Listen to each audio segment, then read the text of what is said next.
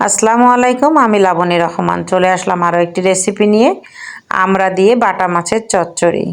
চলুন শুরু করা যাক। আমড়া দিয়ে বাটা মাছের চচ্চড়ি খেতে আসলে অনেক ভালোই লাগে, তাই আমি আজ রান্না করব। প্রথমে আমি আলুগুলো কেটে কুচি কুচি করে নিয়েছি। তারপরে আমি বাটা মাছগুলো কেটে পরিষ্কার করে নিয়েছি। তারপরে এর ভিতরে দিয়ে দেব পেঁয়াজ আর কাঁচামরিচ কুচি। দিয়ে দিলাম আদা, রসুন, পেঁয়াজ, জিরা বাটা,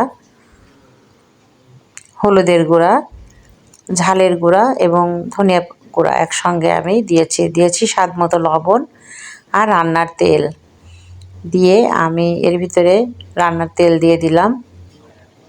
দিয়ে আমি হাত দিয়ে মেখে নিব। এখানে আমি এক বাটি পানি দিয়েছি, পরিমাণ মতো আর কি, যতটুকু লাগবে চচ্চড়ির জন্য পানি দিয়েছি। দিয়ে আমি মাখিয়ে ঢাকনা দিয়ে ঢেকে দিয়েছি। এখানে দিয়ে দিলাম ধনেপাতা কুচি অল্প পরিমাণ,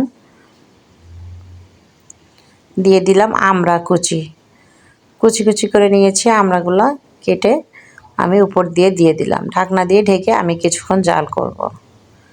ঢাকনাটি খুলে দেখে নিব পানি শুকিয়েছে কিনা। একদম আমি পানি শুকিয়ে একদম চুরচুরা করে ফেলবো। পানি একদম শুকিয়ে গেলে আমি নামিয়ে ফেলবো। পানি যখন শুকিয়ে উপরে তেল চলে আসবে তারপরে বুঝবেন যে তরকারিটা হয়ে গেছে। এই যে রান্নার পরে এই পর্যায়ে চলে এসছে, পানি একদম শুকিয়ে গিয়েছে, আমি নামিয়ে ফেলেছি। গরম গরম ভাতের সাথে পরিবেশন করুন আমড়া দিয়ে বাটা মাছের চচ্চড়ি। খেতেও অনেক সুস্বাদু।